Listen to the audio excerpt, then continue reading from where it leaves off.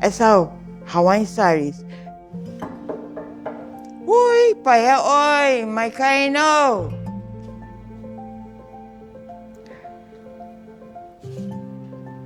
That is what it's all about. When you announce, people come in and say, oh, hello, my eye. Say, come and eat with me. I do it for my heart. That's where it comes from, inside your heart. You know, the blood vessel pumping, man.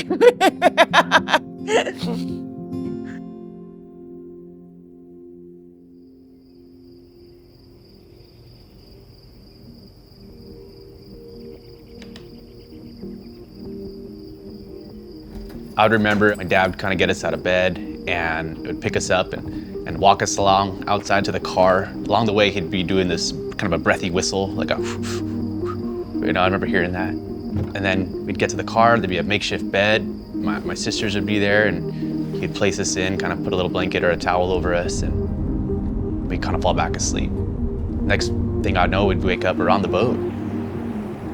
Here we are sitting down, drinking our hot cocos, eating a cinnamon roll, and just watching the day begin, that pre-dawn light kind of coming over the mountains, and the colors that it would cast on the water, just spectacular. You know, sitting there, groggy 5-year-old, just soaking it all in. Looking back on it now, definitely some magical moments.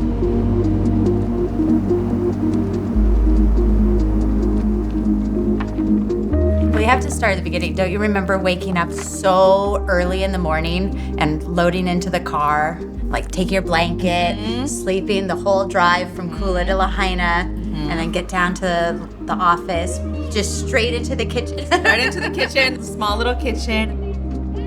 Yeah, it was good memories, but it was hard work making all those cinnamon rolls because we had to make enough for the whole week. Yeah. That's so cute though when we say 300 cinnamon rolls for the whole week. I think that would last us like 2 days. 2 whale watches now. Grandma and Grandpa would be so amazed So amazed. to know what it's become. Absolutely. Yeah. I think they would be excited to know it's still the same recipes. Still the same recipes, still the same Fake. frosting, her famous frosting. Yeah, still the family. Yeah, and we still give her the credit. The beauty of what Eldon and Jeanette and our family started was they invited people onto their boat, onto their home, and created a day and an experience that felt like family. Absolutely. And even though I know we've grown to 7 boats now, their spirit of wanting to create that is like still being produced. I think that they would really feel honored by that.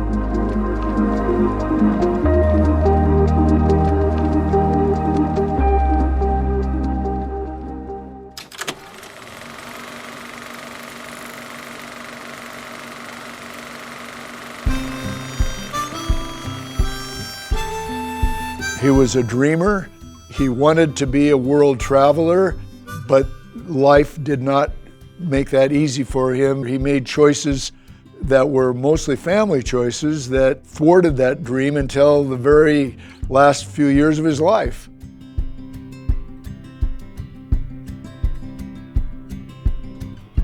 We lived in a little kitchen. If it's just built right on the coast with mountains right behind it. So I had literally the forest at my back door and the docks, you know, a block below me. And so I just had the ocean and the mountains right there together. I had a fabulous childhood. When I was 11 years old, I had a chance to go fish with my cousin. I left home the day after school got out. I got home the day before school started and fished the Gulf of Alaska for 3.5 months. Loved it. I told my dad, I said, how come I gotta quit fishing? I hate school and I gotta go back to school. And my dad said, you know, son, fishing's an honorable profession, but you're still only gonna fish 6 months out of the year. So you still have to have another profession. And that's why you've gotta go to school. Manana II was the queen of the coast when she was launched. Beautiful boat. It was a very important part of our life, that boat was. I know we had about 5 wealthy circles of people that mostly through word of mouth came to charter with my dad. He had a chef Joseph Romantini. He was a Corsican, lived in Paris, flew over to cook for my dad every season, did that for 17 years, was one of Europe's great chefs, and just did an amazing job in the galley. And so he was able to produce a world-class product up there. And that's why these very wealthy circles of people would recommend him to their friends, and many of them came back year after year.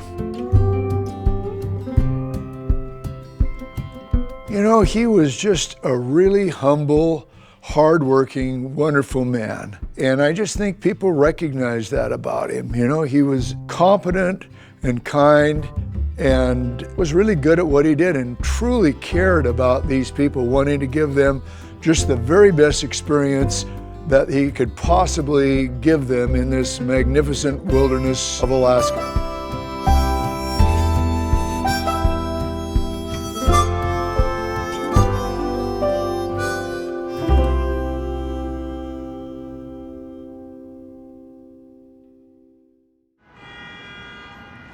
I was working just off campus, Berkeley, California, and I was sitting in a barber's chair, and I decided to read my mail while I was in the barber's chair. And I opened up this letter from my dad, and there I read about that the boat had sunk.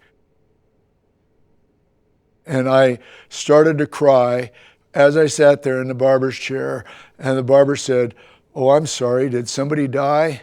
And I said, "Sorta."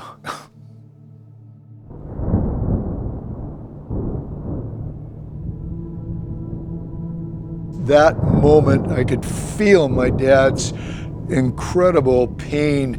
That was not just our livelihood, which it surely was, but it also was so much of our way of life. He was in his 60s at the time. He had minimal insurance.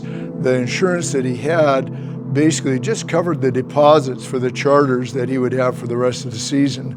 It left him in a very tough shape financially.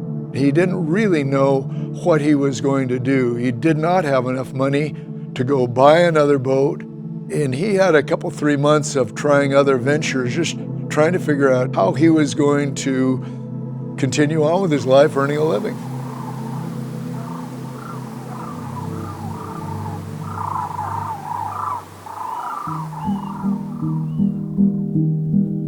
Well, you know, my dad married well, no doubt. My mom was an amazing woman. My mom had seen that if my dad was going to continue on doing what he did, he had to have a boat.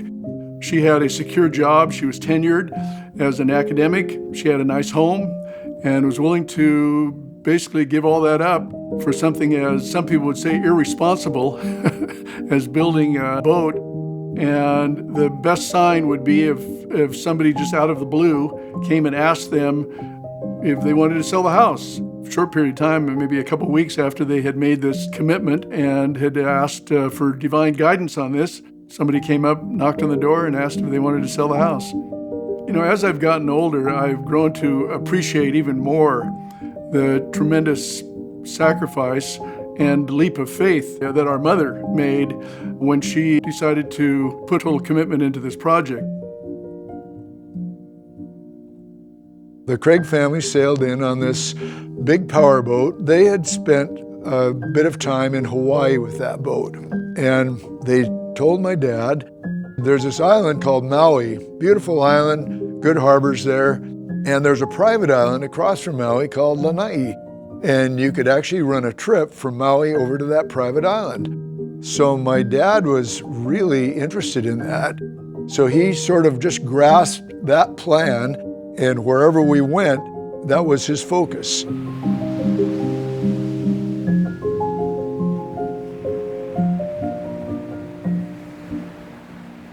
I had quit my job in Berkeley, and I was living in a little cabin north of Juneau. In the interim, my parents had sold their home, and my dad was living in this little teeny trailer, just had a bunk and a stove in it. And I went down to see my dad, and we started talking life. And he said, "Well, son, what are you gonna do? What are you gonna do?" "Gosh, Dad," I said, "a part of me just wants to put a pack on my back, go till my money runs out, go back and fish again and do that for a few years." And he said, well, you know, son, if we were to build a boat together, you could travel and you wouldn't be a bum. You still could be broke, but you pull into port and you got a nice boat and it puts you in a different place. You're not just a bum with a pack on your back, you've got a boat. It's just a completely different way to travel. And he said, look it, son, here's the deal. You know what I believe. I'm a man, I'm just trying to live life as morally correct as I can. And you're a man, and you gotta make up your own decision on how you're gonna live your life. I realized at that moment, it didn't matter my performance, even if he didn't see anything that I did eye to eye, he still would love me. That was just a huge thing for me. And I think at that moment, I realized, I said, you know what? I think I could build a boat with my dad.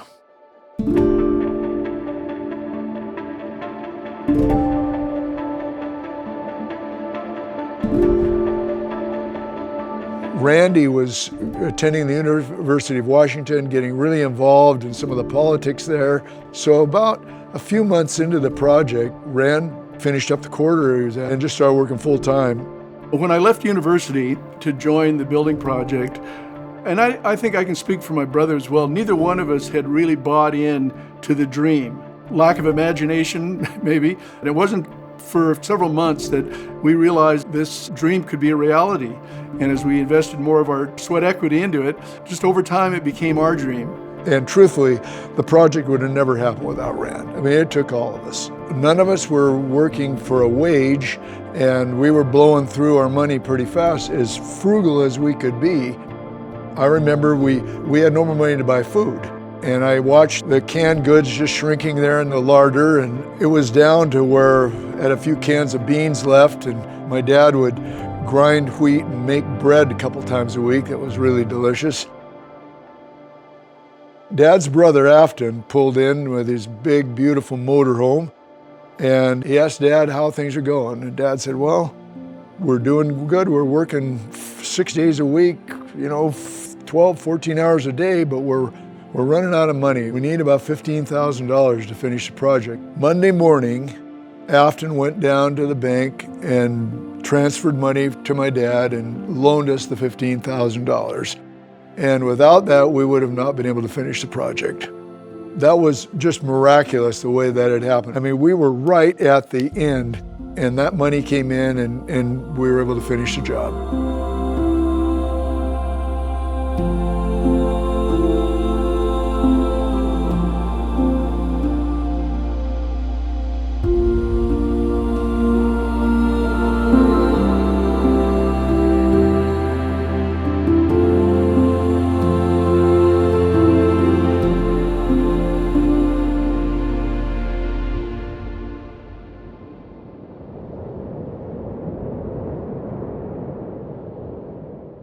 When we actually started our cruise, I'll never forget, we were off the coast of Oregon, California, and we were about 200 miles out to sea, and there was a really big swell running.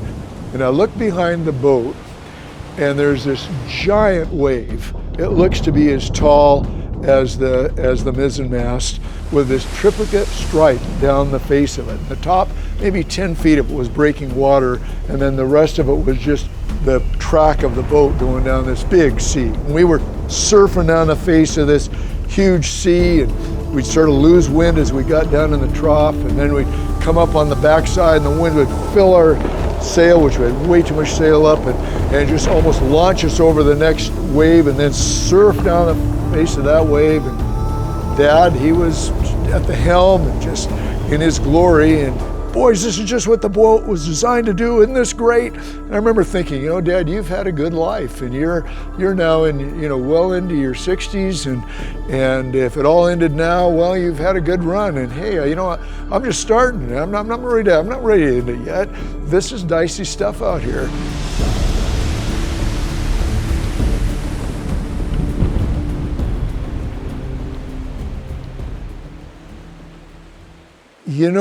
For me, my home was a boat. I remember the moment we were in Mexico and we took a trip up to Guadalajara. And when we came back from that trip, there was our boat sitting there in the harbor, And I realized that I was coming home. This was my home. And wherever I went, my home was with me.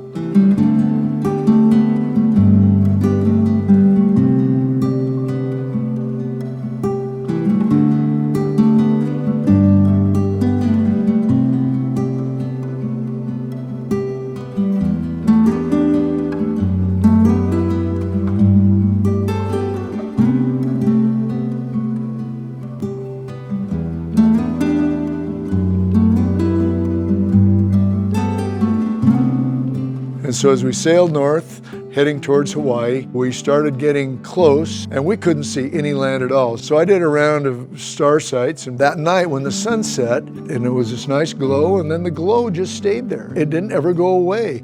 And we said, wow, that is the longest lasting sunset. Well, as it turned out, it was a volcano. It was erupting and it was reflecting on the clouds. And so we were seeing the red reflection of the volcanic eruption on the clouds. That was a really cool moment, just, you know, sighting land in that magnificent way. Then we spent 6 months cruising through the Hawaiian Islands before we finally settled here in Maui. Finally got up to Lahaina with the entrance buoy, and I loved the vibe of Lahaina. It was just a sleepy little town and with good weather, so I was stoked.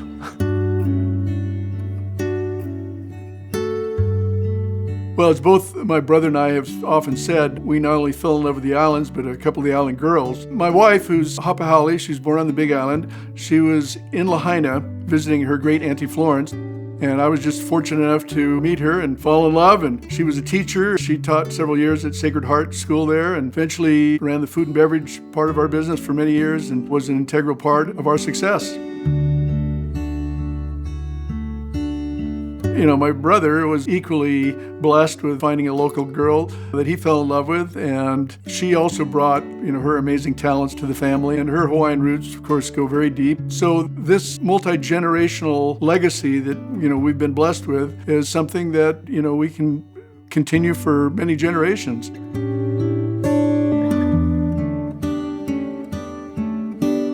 They came in to the harbor in 1973, 74, around there. My dad's dream of taking passengers from Maui to Lanai and going back on day excursions was a very viable possibility, and not wanting to presume that we could just do this on a private island without some permission, we went up to see Dwayne Black. Jim and Randy came over with their family, okay? He started talking, and my mother-in-law and his mother talked their language. But when I met Jim, I said, Jim is so kind-hearted, really good. He can understand what you're talking about. Even Randy. The thing is that when you see the two guys together, they welcome you and they greet you with the aloha. As we got to know local people there, we had talked to them about what we were proposing and said, can you just give us some advice on how we can run our operation in a way that will be well accepted by the residents of Lanai? When Jim and Randy came and approached us, at the time when we were down there picnic, Hawaiian side give aloha. You working then come. Even though you bring the Malahinis come in, you can come in Monday to Friday. Saturday, Sunday, and holiday is for the local people. Like going down fishing, go barbecue, go camping down there. And so we crafted our business around running Monday through Friday, not going over there on weekends or company holidays. And incidentally, that's something that we still honor to this day, 50 years later.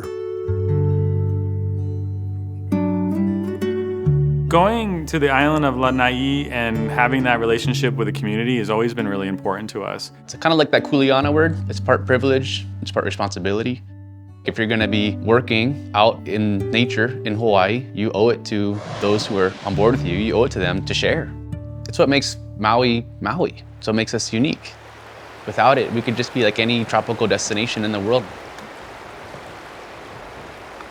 The company started out using trimarans, and I still remember the original Trilogy trimaran. I had some of my early memories on that boat. And there were still, I swear, items and props that they had on their original journey were still in circulation on the boat. And I just realized that we needed to change the direction of the company. We needed to modernize so that we would attract the caliber of captain that I was looking at. And I think I started sketching out what later became our first catamaran. And it established a blueprint that we have followed to this day. We do have a new fleet. We have 7 boats now. As we moved to catamarans, things just made a lot more sense. We had a nice large deck space. The cabins got bigger. We could have a larger galley. We had more of a center spot, and then the bow became a really big focal point on the boats, a place that people love to sit.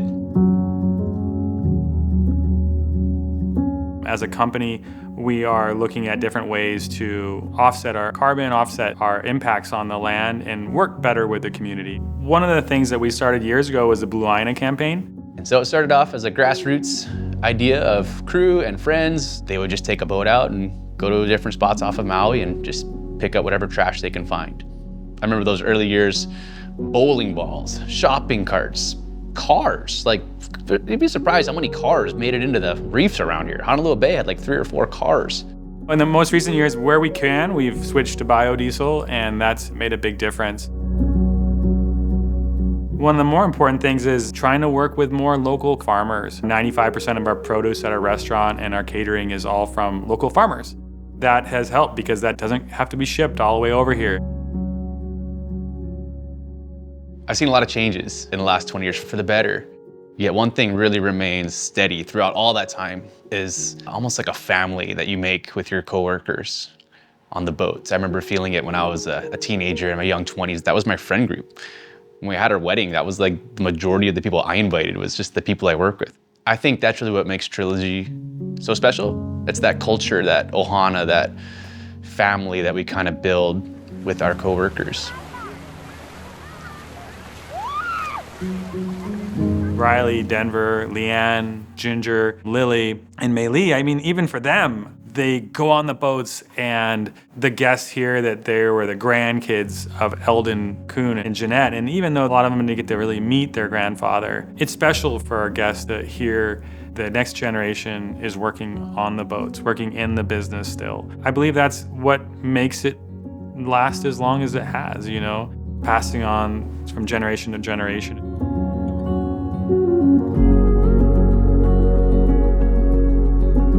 What my goal is to treat people with aloha, with respect, as they see the beauty around them, that it will start turning their thoughts to things higher than themselves, to spiritual things, that this will be a transcendental experience, not just a trip on a boat. Beyond that, where they start giving thanks for life and for the vibrancy that's around them, and that they realize that this is no accident, that they're here for a purpose. They can make a difference, and this harmony of nature and humans is a beautiful thing, and it's something that they can take with them when they go back to whatever their life is, and somehow their life is better. You never know what people are going through. Vacation's a really important time for people to reflect inwardly. So when you get to host somebody and they're in that headspace and you get to maybe show them the underwater environment, perhaps it's their first time, and you see them just come alive and they realize, wow, this is just the most amazing thing I've ever done. For some people, this is the best day of their life on the boat. I've seen that. Sometimes they'll come back to the office years later, write you a letter, and they just tell you, like, you have no idea the impact that you did on our family. It's just one of the most special things you can do, and it's an honor to get to do that. And I just want to thank each one of these amazing, amazing people, you that have cast your lot with us at Trilogy, that you're part of the Trilogy Ohana. You make the Trilogy Ohana what it is. You have the heart that makes this the best company in Hawaii, that gives us the position in our industry that is the envy of many. And it's because of you and what you give out every single day, whether it's being a captain and crew on one of our vessels, whether it's fixing great food in our food prep area, whether it's serving customers at Capenas, or whatever it is, it's a sacred, sacred trust that I surely treasure. I know that our adult children that now own the company treasure, and together it's way beyond what I can see. See, we welcome people the way how we were taught, like I was saying. When you do something good for them, they understand and they're not going to forget. See, this is the kind of stuff you show your appreciation for them because they come to you. And when you talk to them, they happy and they start crying. Oh my God, stop crying. Stop it. You make me cry. Not already. But look at help. Guess why? I saw Aloha right there. And now we start crying. No, because when you think about this kind of stuff here, it makes you good. Amen to that.